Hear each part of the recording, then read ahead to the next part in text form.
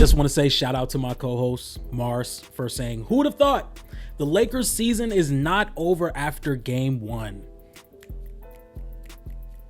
Yes. So in a very physical, ugly, and rugged game, offensively and defensively for Lakers Timberwolves, the Lakers come on top 94-85 to get a game 2 victory and tie this series up, going back to Minnesota 1-1.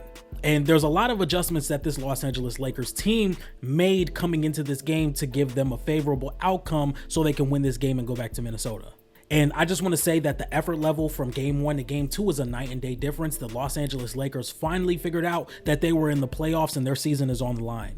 And something that gets talked about a lot in game 2s or game 1s or game 3s is just the more we get into a playoff series, the more people talk about percentages and when teams lose, how probable are they to win the series. And we all know if the Lakers wouldn't have won this game, that it would have been a very tough route to win this series, especially after losing both of your games at home. We saw the Denver Nuggets last year lose both of their games at home against this Minnesota Timberwolves team, and even if they won 3 straight games, it still wasn't enough for them to stop a victory. And something I wanted to talk about in this series is the Anthony Edwards playmaking, which is something that's going to be an X factor from start to end of this series. Last game, he had 9 assists to 1 turnover. In this game, he had 0 assists to 2 turnovers. And I think that's because the Lakers said, you know what, we're going to keep sending bodies at Anthony Edwards, because it's not that they stopped sending bodies at Anthony Edwards. It's not that they were more aggressive. It's just they were more precise about where they're sending the bodies from. And this is kind of for all the people that said, you know what, let's just stop sending multiple bodies at Ant. Let's stop blitzing him. Let's stop clogging up the driving lanes. This is what happens. Anthony Edwards gets past Rui Hachimura effortlessly. And don't get me wrong, I think Rui Hachimura was god-awful defensively in the first game. I do. But after he misses this layup, he gets his own rebound, and LeBron falls asleep defensively, knowing that there's 3 other Lakers in the paint right here. You have to attach a body. So this is where Anthony Edwards gets the easy read. It's the next guy over. It's the easiest read on the floor. Here we go again, where the Los Angeles Lakers are just conceding the easiest pass on the floor. Once, you're going to see Anthony Edwards drive to the rim.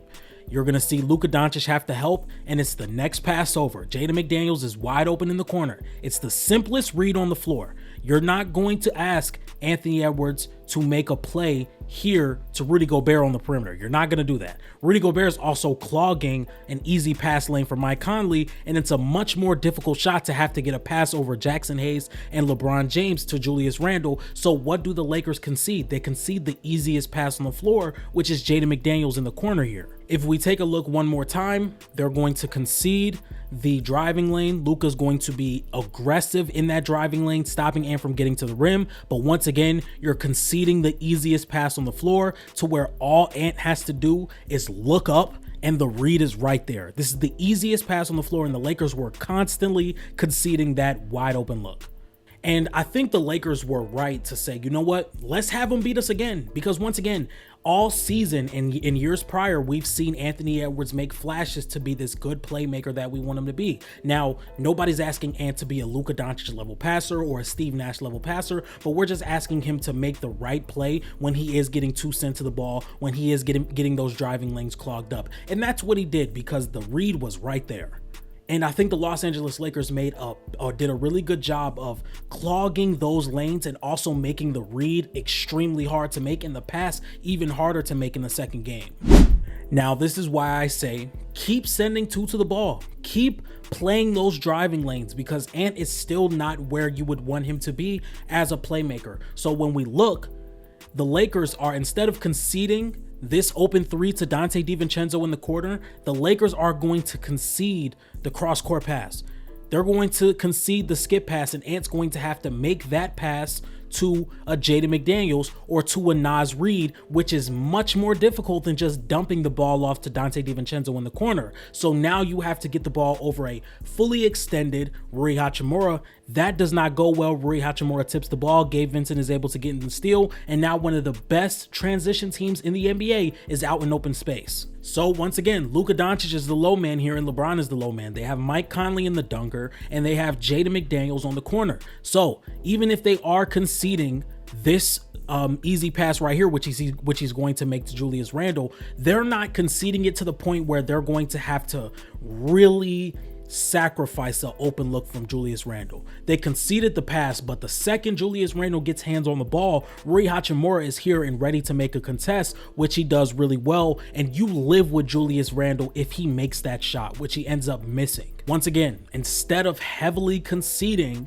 the easy dump off pass to Nickeil Alexander-Walker, the Lakers are just going to say, hey, we're going to concede this skip pass to Naz Reid because it's the further shot and we feel as though we have the speed on the perimeter to close out by the time the ball gets to the corner. And what happens? Austin Reaves is here for the contest, even though Naz Reid has one of the quicker releases as a big.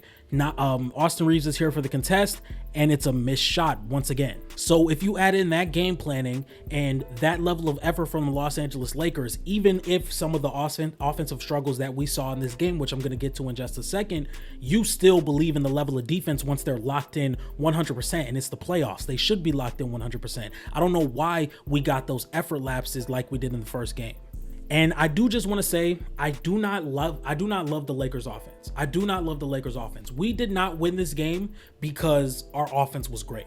We won this game because we won the offensive rebounding battle. We also got Naz Reid, Donte DiVincenzo, those guys got in foul trouble early. So therefore, some of the time that they were off the floor, we were able to make runs. Luka Doncic was the best player on the floor, and LeBron James and Austin Reaves were way better than they were in the first game. We did not win this game because of our offense. And when you have two of some of the greatest playmakers in NBA history, you should want to have the defense at a disadvantage every single time we're in the half court. And I just believe that the more you have the Timberwolves in their stance, ready to defend, you are doing yourself a disservice, and you're doing the offense a disservice.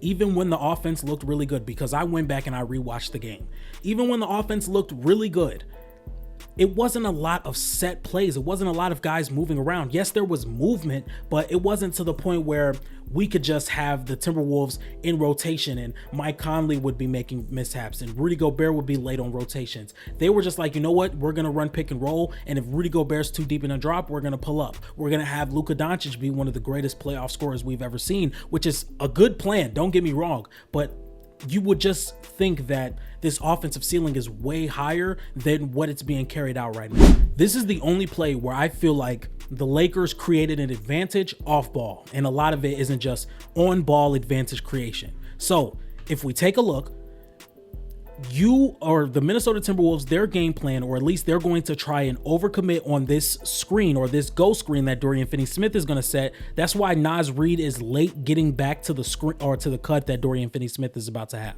So Naz Reid is going to overcommit to the idea of Dorian Finney-Smith setting a screen for LeBron so they can switch it, because they don't want LeBron getting an angle downhill with a full head of steam and no rim protector in sight. The only person between LeBron and the rim is Donte DiVincenzo here. So Naz Reid is going to stay put, assuming that there's going to be a switch here. And instead, Dorian Finney-Smith just ghost screens it, and he's going to cut to the basket. And you can see here, he already has a lane to cut, and Luka Doncic notices that, and he's going to hit Dorian Finney-Smith here.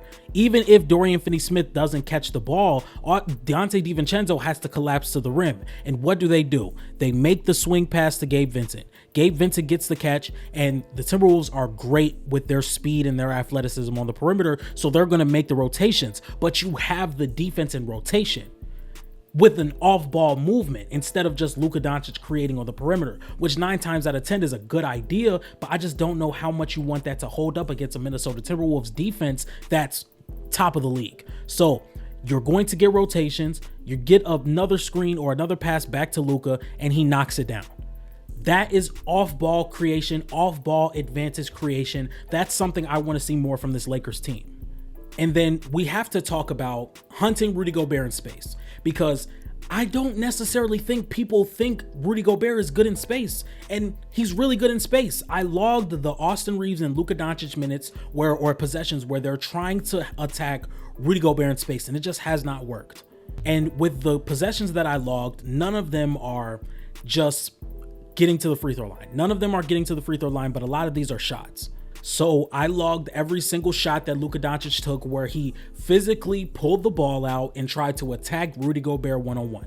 Luka Doncic shot 1 for 4, was 25% from the field, and did not hit a single three, and all these shots were well contested. And I think Rudy Gobert did a really good job on all of these. So Jordan Goodwin is going to set the screen on Anthony Edwards, trying to get the switch on Rudy Gobert. Once Luka Doncic has the switch, he's like, okay, we're going to set up shop at the perimeter and we're going to attack Rudy Gobert. Now, once again, this is something the Lakers go to way too often in this game. They did it all throughout the game. Luka takes a step back three, very well contested by Rudy Gobert. He gets a hand up with his wingspan and his reaction time and how much Luka Doncic has had the switch on Rudy Gobert. I think Rudy Gobert has a pretty good idea of what Luka Doncic wants to do at this point because, once again, Rudy Gobert is one of the best defenders this generation has ever seen and one of the smartest defenders this generation has seen. So Rudy Gobert has a pretty good idea of what Luka wants to do. He recovers pretty well and puts a hand in his face, and Luka Doncic misses the shot. That's 0 for 1.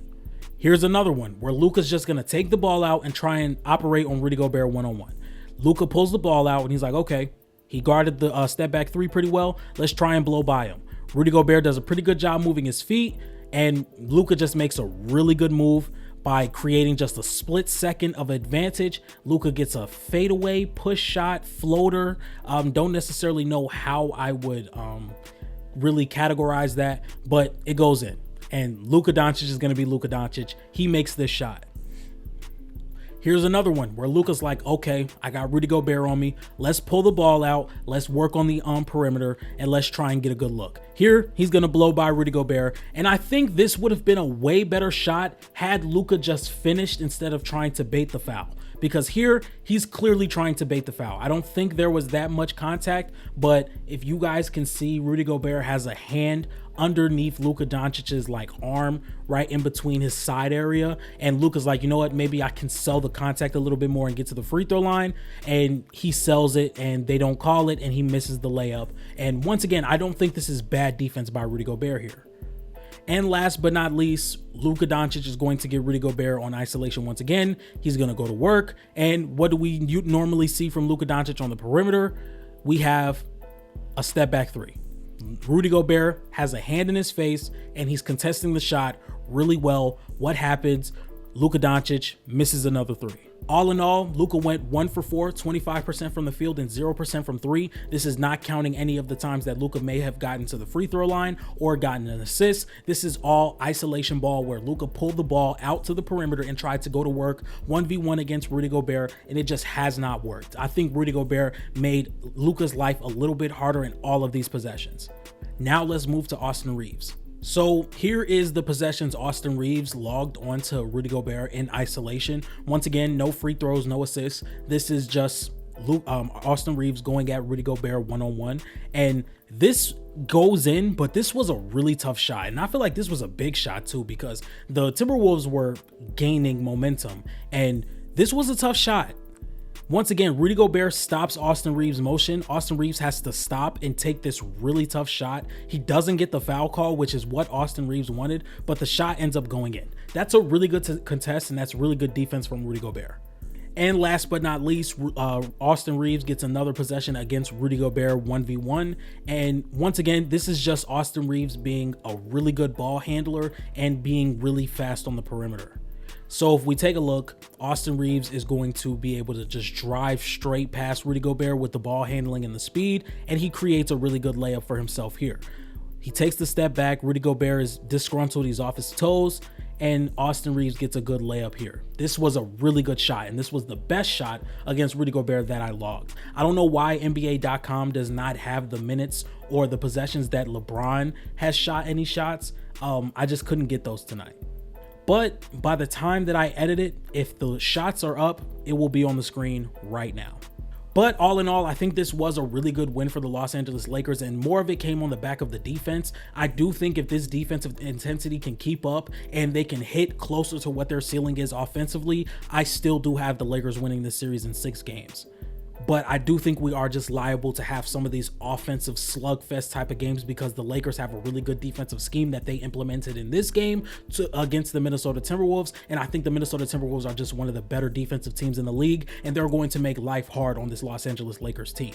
So ladies and gentlemen, if you guys like this type of content, please be sure to like, comment, and subscribe. I'm going to be posting videos every day. We have some more scouting processes videos coming out pretty soon with the NBA draft, some rumors coming into the off season. I have a Zion Williamson video coming out pretty soon.